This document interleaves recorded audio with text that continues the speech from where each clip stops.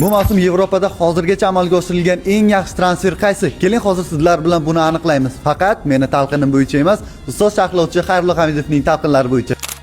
Top 3 Ispaniya chempionatidan Barselonani olishimiz mumkin. Adeyemi juda yaxshi transfer bo'ldi, chunki o'yinda ham ko'rsatdi, tezkorligi bor, qarshi hujumi bor va nisbatan o'sha Rafinyaning pozitsiyasiga yopishi mumkin. Turli pozitsiyalarda o'ynay oladi. Keyin Rojer transferi ham juda muvaffaqiyatli transfer deb o'ylayman. Chelseada to'g'ri juda ko'p vingerlar, lekin Chelsea boshqalardan farqli ravishda ko'p futbolchi sotib olish bilan birga ko'p futbolchi sotadi hamda 12 talab futbolchi o'tkazib yuborgan boshqalarga. Shuni hisobiga Rodgers hozir o'sha ketgan futbolchilarning o'rnini yopish bo'yicha master klass o'tab berishi mumkin.